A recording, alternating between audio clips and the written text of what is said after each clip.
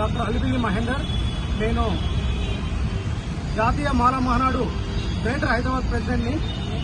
ఈరోజు నవంబర్ 26న జరిగినటువంటి హలో మాల చలో ఢిల్లీ ప్రోగ్రాంకి సంబంధించినటువంటి కరపత్రాన్ని ఈరోజు జాతీయ మాల మహానాడు తెలంగాణ అధ్యక్షులు పిల్లి సుధాకర్ అన్న గారి యొక్క ఆధ్వర్యంలో వారి చేతుల మీదుగా ఆవిష్కరించడం జరిగింది.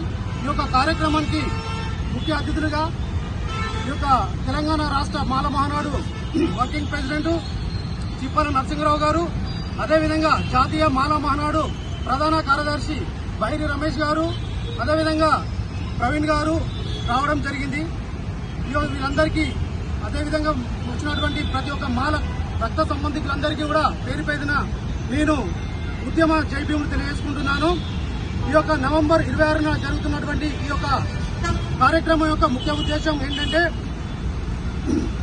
ఏదైతే డాక్టర్ బాబాసాహెబ్ అంబేద్కర్ గారు 2 సంవత్సరాల 11 నెలల 18 రోజులు వివిధ దేశాలు తిరిగేసి ఈ యొక్క భారతదేశానికి ఒక మంచి రాజ్యాంగాన్ని ఇవ్వడం జరిగింది.